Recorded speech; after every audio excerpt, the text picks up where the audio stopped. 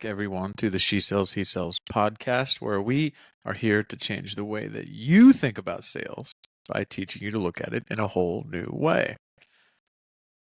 Yes. So, lots to share since we spoke last time, as there always is every week on the SSHS podcast. SSHS. I know Yeah. that very well because Do you always shorten it? yeah, well, for files and things like that. Yeah, it makes sense. Me too. Since you don't. That's how I do. touch That's the how tech I. things. That's how I categorize things in my folders.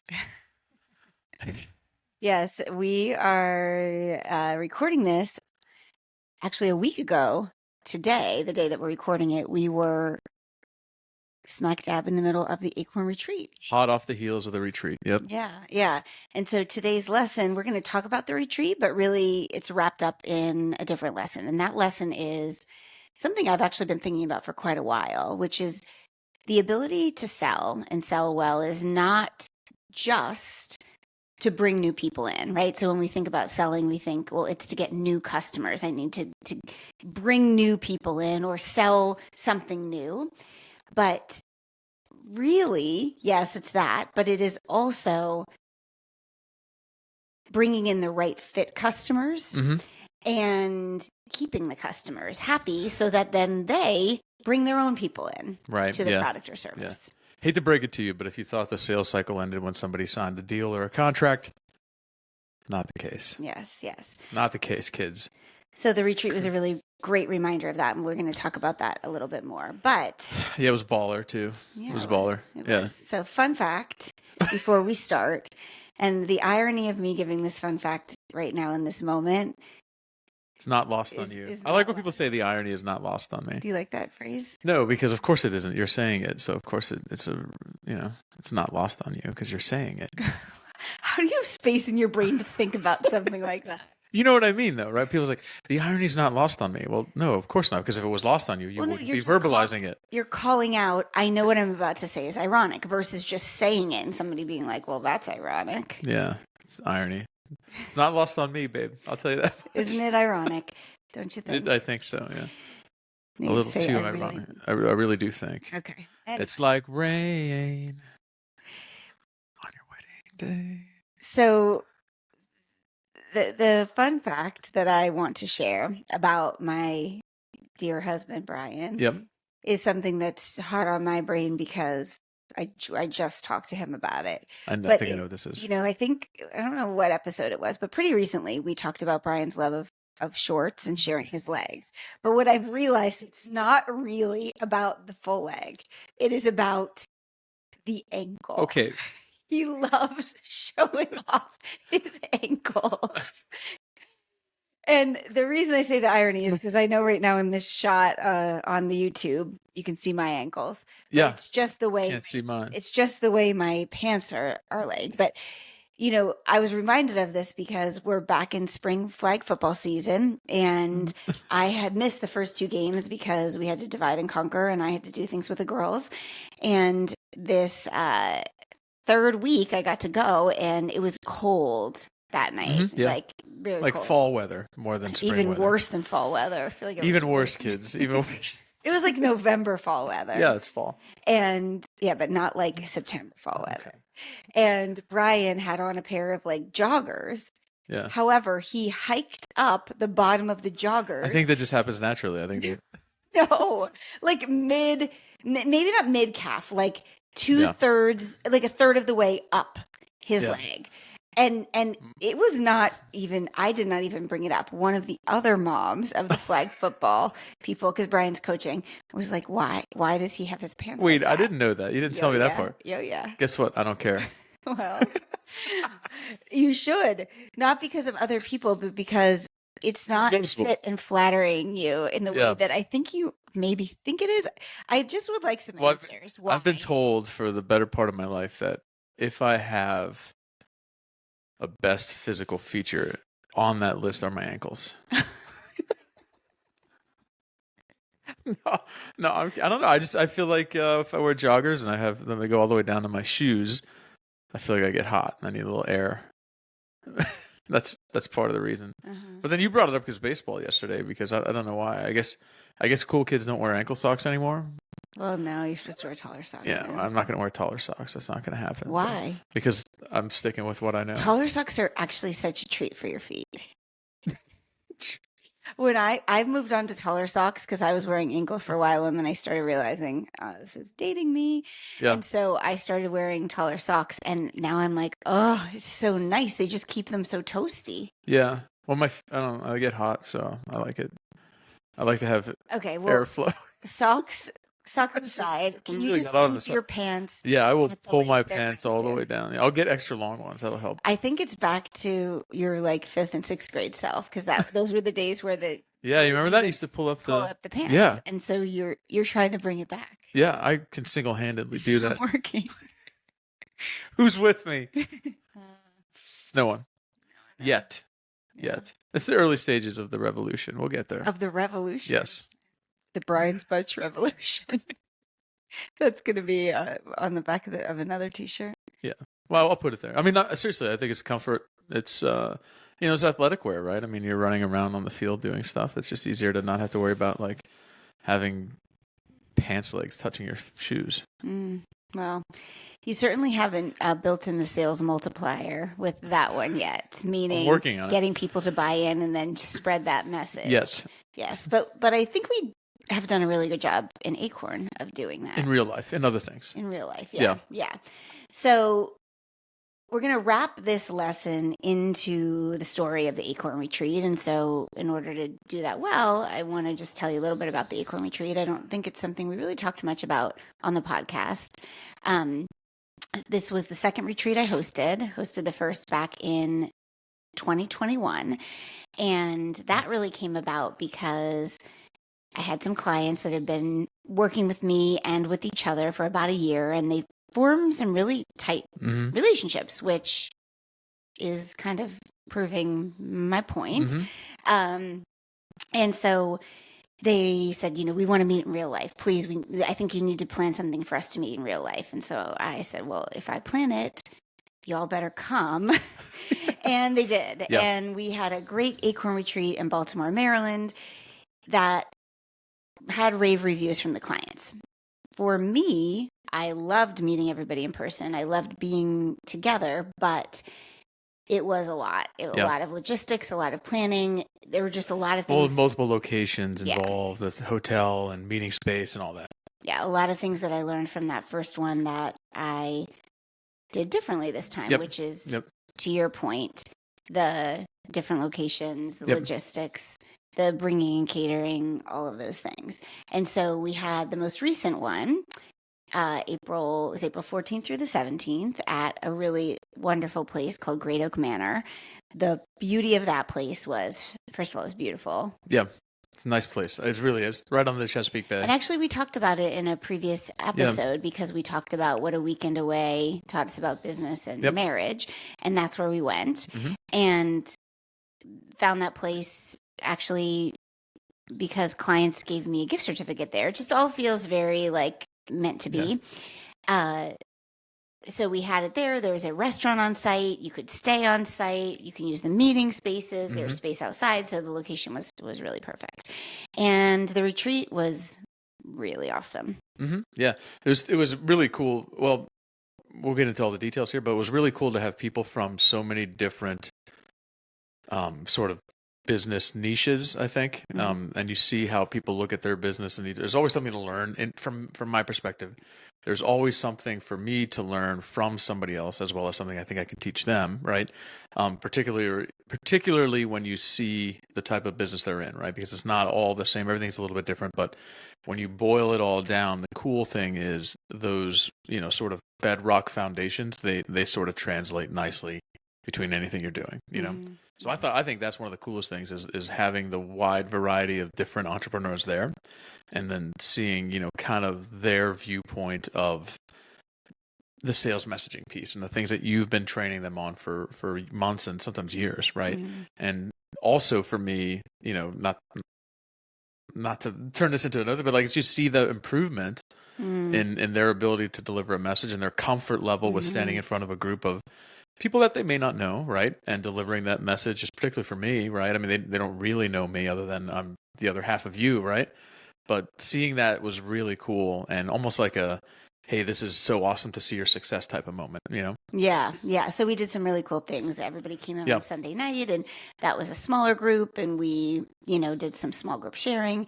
And then Monday was the real learning and teaching day, and that's the day you were there, Brian. Yeah. And we had Danielle Redner, who was former mentor of mine, vice president of Stella and Dodd, and now runs her own $1 million business, online fashion boutique. She delivered a really great keynote. And then the afternoon, you and I did story school, which was really fun. I don't think I even told you, but a few people when it was over were like saying, I've heard that I've heard you teach that sort of thing before, but this was by far the best. Yeah. That's awesome. The best That's time, awesome. yeah. And I think there's real value being in person, right? As opposed virtual is so impactful and you're so good at it, right? And I think I'm still sort of improving my virtual delivery because I do a lot of that as well, but I feel like there's something that you can't replace about being in person. Yeah. Yeah. Well, and then we gave everybody the opportunity to try out some stories. So it was really special. So that was Monday. Tuesday was a brand photo shoot. So I wasn't invited past Monday, late afternoon. Yeah. I got politely asked to leave. Well, I didn't ask you to leave. No, it's totally cool. It's totally cool. You had to go home and take care of our children.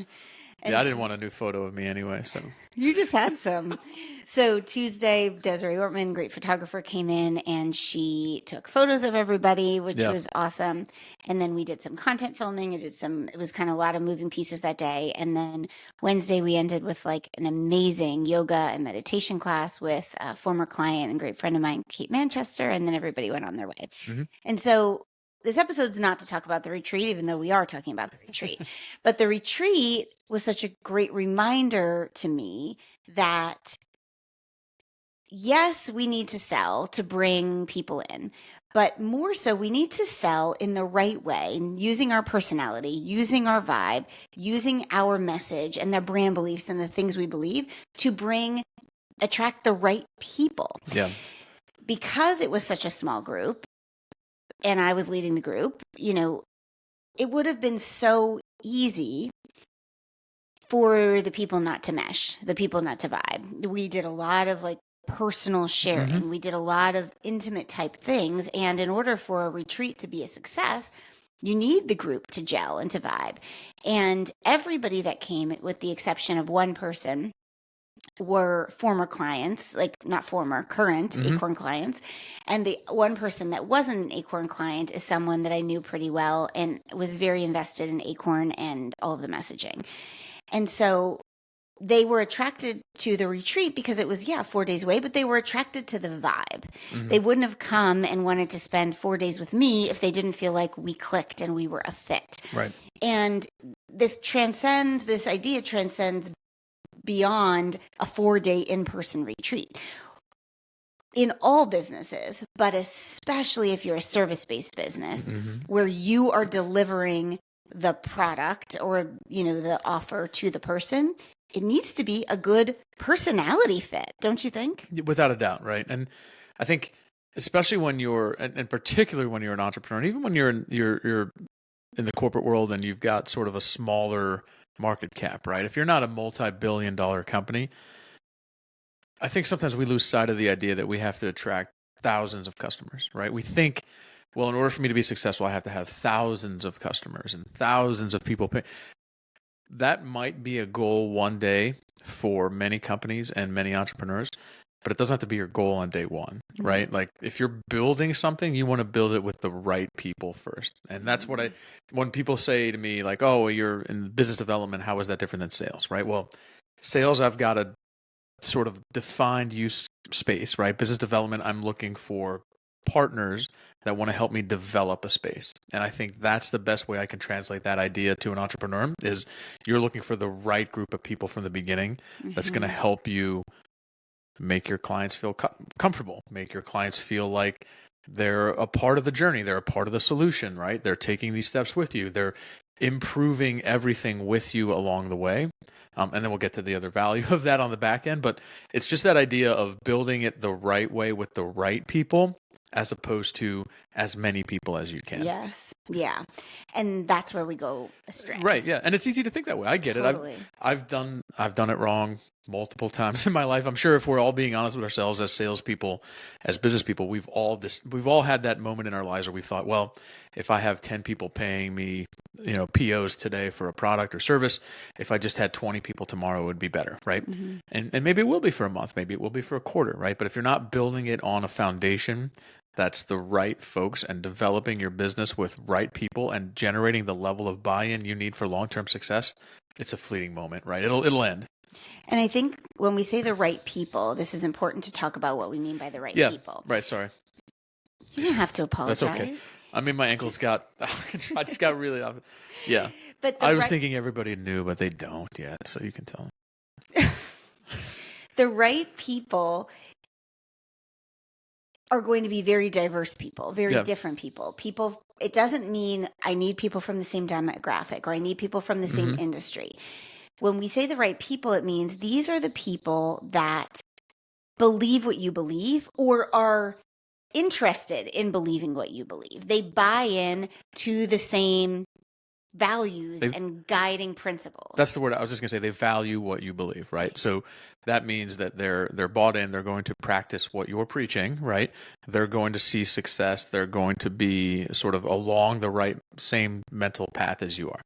And this is where sales skills, sales messaging is so important because when I think of everyone at the retreat, they all didn't come to me thinking, it's really important for me to own my stories. It's really important for me to use my personality to connect with clients. It's really important for me to work on my limiting beliefs. They didn't all come thinking, these are the things I need, and this is why I need Krista.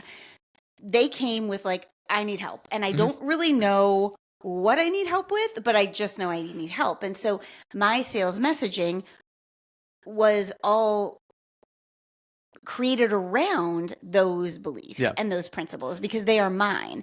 And so everything that I do comes from that. And so then people are hearing it and listening to it. And that's where we start persuading and influencing the right people. Right. There are plenty of people who hear my sales messaging and think, I disagree. It's not for me. That's not for me, which is good. Yeah, right. It's what we want. Yeah, and one point to make on that. So if you're thinking about that specifically and you're talking about this in terms of the retreat, right? You could have had, a smattering of people that were there because they work for a small business and their boss said, hey, I want you to go on this, sales-focused retreat, this seminar. And they're just there because they were told they had to be, right? That's not somebody who values what you're talking about, not necessarily, right? You could have somebody who was, almost like they've got a product that they invented and they think the product will sell itself.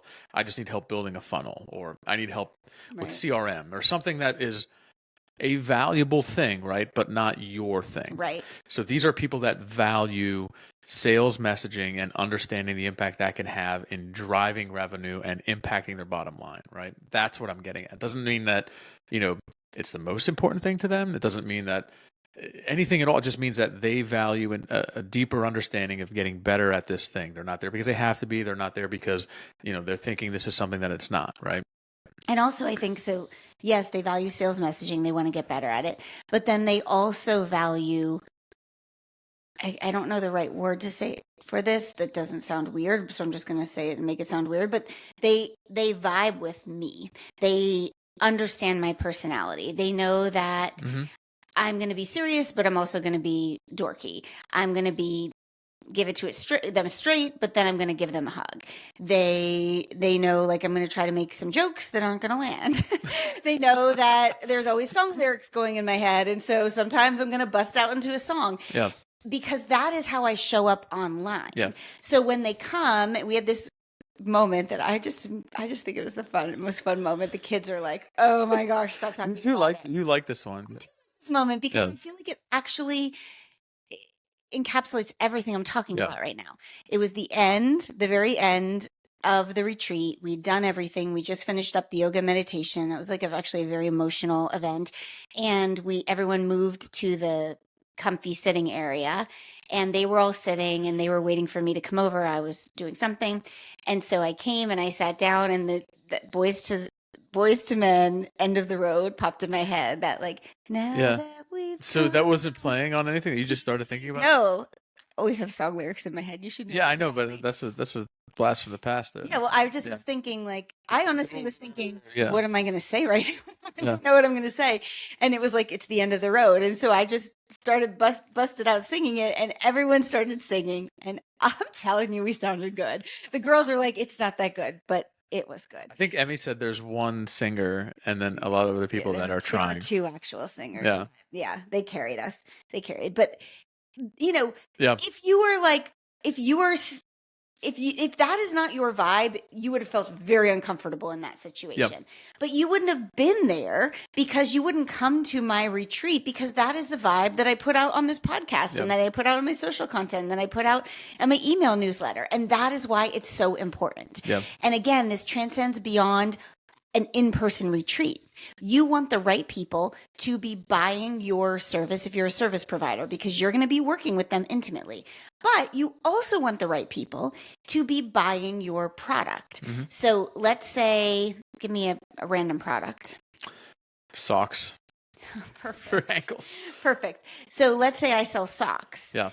I want people who vibe with me, who understand the mission behind my sock company, to be my early adopters of the socks, because they are going to be, and this is your thing, so I'm not going to take over, but they are going to be my sales force. Yeah. I don't have enough money to buy a sales team, but I'm going to get those good fit customers in the beginning. They become my super fans. They believe what I believe. They vibe with me. And then they're going to go and multiply my customer base for me without me having to do it, because they're so excited and they vibe with me. So yes, it's important as a service provider, but it is so important as a product owner as well. Yeah. No, and I always refer to this as like a Salesforce multiplier effect, right? And I think there was a book a few years ago. I've never actually read it, but I think it was called the Salesforce Multiplier, but it might have been the same idea as this. I don't want to take credit for something I may have not invented, right? But the idea is, particularly if you're an entrepreneur, right? Whether that's a service-based entrepreneur or a product-based entrepreneur, like you just said, you don't have the money to pay an army of sales folks. You just don't, right? Or in affiliate commissions or ads or anything. Maybe anybody, right? At this point, you could be early in this, pre-revenue, early revenue, whatever it might be. But you've got to be able to sell your product in order to get to where you want to get to, right? So the easiest thing to do is for me to sell my product to a person and then have them preach my message to a referral when I can't do it all the time, right? So we'll use your retreat as an example. You had 15 women there, right?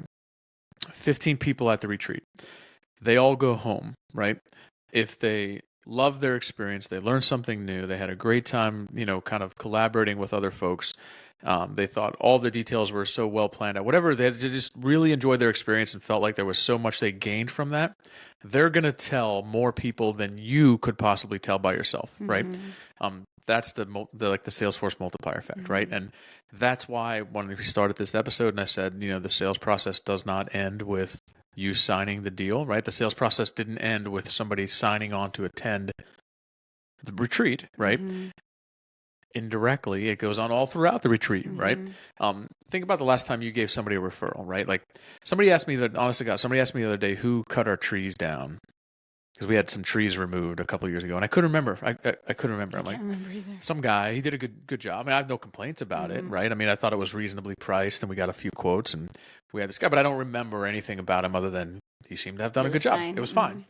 I have no complaints whatsoever, right? But if for some reason I got into the opportunity to have a conversation with that guy and I got to know him a little bit, and he told me about, I don't know, why he started this company or how many people he employs, or, hey, we have a very cyclical business because summertime. If he started to tell me something, whether he felt like that was a straight sales pitch or not, that would be a message that I could preach to somebody else, right? And then I would remember that, right? I joked about socks. I use Bombas socks as the greatest example of this altogether, right? If you've heard me before talk about Bombas socks, they're a sock company. They were founded by 2 guys, and they sort of use the same concept as Tom's shoes, right? 1 pair bought equals 1 pair donated, because what they learned was all the things they had, all the times we've all donated clothing to clothing drives and Goodwill and so on and so forth. What they never get are socks and underwear, right? Because people wear them especially men, they wear them till they fall apart and throw them away, right? So they thought, well, how can we fix this? We can fix this with this model of I buy a pair, then I'll donate a pair for you, and we'll match that, right? And I tell people that story all the time, right? I get no affiliate commission from Bombas, but they make a great product, and it's such a cool story to tell, right? When people, I mean, whenever it comes up and someone, like if somebody ever needed hey man, I really need a referral for socks, right? I'd be able to tell them off the top of my head, hey, I got this great company. They actually have a great product, but here's their mission, going back and contrasting that with the guy who cut down the trees, right? There was a guy who cut down trees. He did a good job. I can't remember anything about it. I don't even remember his name, or what company he was with. Well, it's interesting that you're saying this because I'm thinking of this car salesman. Yeah. So, this is a great point. For another day. This is a great point. It's a great point. Yeah. But we are going on our third try for a car for our daughter, and we need to make a move quickly. Slide up in my DMs if you had any advice on this. I don't know if I have DMs, but if I do, slide in there. Hopefully by the time this episode airs, we'll be done. Taking care of this. But when we bought my car, it started a few years ago. I bought my truck. True. Yeah, I was thinking of this specific woman. I bought my truck from this dealer, and the guy was the sales rep.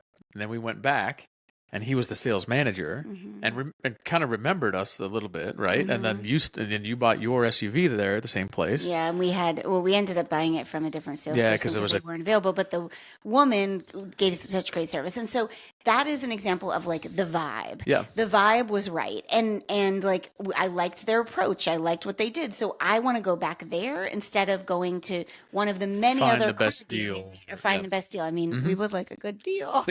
But, we're not going to go crazy trying to look for the best deal. We are going to go to a place that we feel like we trust. And they've delivered on what we've asked them to deliver on 2 different times for us. So it's a known quantity. And so all that to say, when we say you're selling to bring people in and then you need to sell to them to stay, that doesn't mean, and I hope if you're a loyal listener by now, when we use the word sell, we don't mean transaction. We don't mean buy now. We mean you are going to message what you believe in, and you are going to encourage people to buy into your beliefs. That is sales. That is delivered with enthusiasm and passion. When you do that on the front end, you bring the right people in. And then when you continue to do that, you retain the right people, and they go bring more of the right people to you. Tell their friends. They tell their friends. So I really just want to end on this idea that, this idea of a 6-figure business is something that many entrepreneurs go for. That's a big mark. That's a milestone. And I think it's only 6% of small businesses. Yeah, we had that math on Small Business I think Saturday hit or something, right? 6 figures, and I think it's only 2% hit 7. And so I know it's interesting because I would think it'd be bigger delta between these two. I would think it'd be more to get to 6 and less to get to 7 figures. No. Well, as someone who hasn't hit 7 figures yet, that it feels like a very high amount. Like it feels like to me so much. I mean, 6 figures is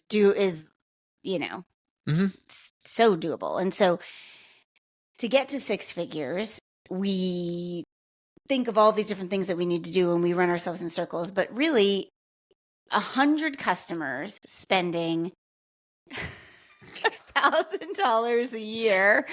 I had to check my math before we started.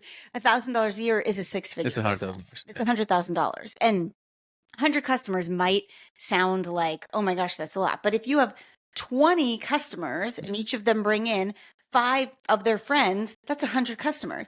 Spending $1,000 a year in this world we live in, spending $1,000 is not that hard in an entire year. So let's say you have a one-on-one coaching package that's $500, and then you have 2 courses for, $249 each. That's $1,000. If you're a product-based business, you can very easily get someone to $1,000. I mean, there's a lot of ways to get 100 people to $1,000 in a year, and 100 people isn't that much. Yeah. It feels like a lot when you're climbing your way to the 100, but once you get to the 100 and it builds from there, you realize, wow, that wasn't that hard. 100 people right now that probably are great prospects. People that you could probably reach out to and ask them if they're interested in what you have to offer. And so when you think of it that way, That's great. But what we want to do then when you get to that $100,000 is keep those 100 people and find new ways to serve them. And then they continue to bring their people in. And that's how you build the multi-six-figure business. That's that Salesforce multiplier effect. You know, and the one thing that I'll kind of come in on the backside of that to say is, if you're a loyal listener, you've heard us say this time and time again, you also have to ask for what you want. Totally. If you're trying to grow your business, it's on you to tell those initial 15 or 20 customers, hey, you know what? I think this is so important to me. I love this. I want this to be huge. If you're enjoying their experience, if you feel like my product is great, if you feel like my service is great, please tell a friend you think about it. Like, just that simple ask for it is like, a lot of times we think, oh, that doesn't matter. Of course, we assume everybody wants to grow their business. We assume everybody wants to referral. But many people don't ask for it, right? Like, many people aren't asking for it. And they're not asking for it in like, hey, tell your friend, tell a friend, tell a friend. Not like a cheesy kind of way, but like, hey, you know, I started this company 2 years ago. I've got a mission. I really want to take this places. I feel like my product or service can benefit tons of folks. I want to grow this so much. If you're enjoying this and you talk to a friend, please tell them about me. Yeah. Like, that feels genuine. It feels like it's real, right? And it feels like, hey, who cut your trees down when you did it 2 years ago? Oh, hey, this guy, and he started 2 years ago. I'm like, he did a really good job, and you know, he really wants he wants the business. He wants to work. He works hard. He came with his crew. He was done 3-4 hours. Like, that would be something I could tell someone. Yes, you know? Absolutely. It's interesting you're saying that, because I'm smack dab in the middle of that right now. So when this episode airs, the class will be over, but you will be able to access the replay. So head to the show notes and you can get the replay of the free masterclass, the new free masterclass I'm hosting on April 24th. And I have been pounding the pavement to get it out to new people. And so, you know, I used to watch people reshare things on social media. I used to watch like, why, you know, people are resharing content and like, or promoting other people's businesses. And I'm like, why is nobody organically doing that for me? Yeah. And it was, I'm just not asking for it. Yeah. And some of the reshares have to do with affiliate commissions, but I don't have any of that going on in my business right now. It is just me saying, hey, I would be so grateful if you would share this publicly, or if you would just share it privately. If you can think of 3 people that you think might love this, if you would go ahead and share this with people. And this goes back to like making enough deposits in your clients that you feel comfortable making a withdrawal.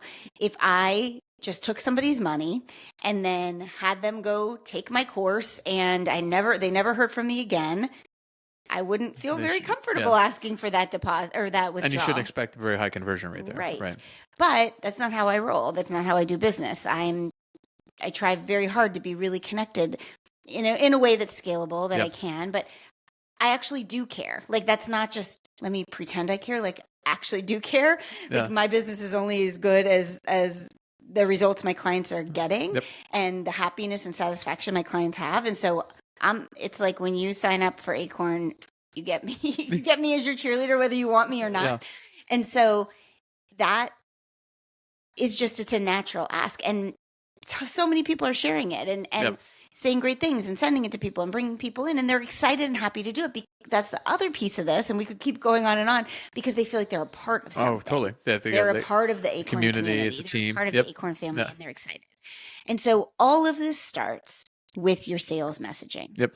And so a lot of times we're like, well, I don't know how to do it. I don't know what to do. I have this product. I can talk about the features, but I don't know how to talk about myself in that way. I don't feel comfortable showing up, showing my face, using my personality, using my voice. And of course you don't. We're not designed to be staring at a camera and talking about ourselves all the time. This is a skill you really have to learn and hone, and it's not natural.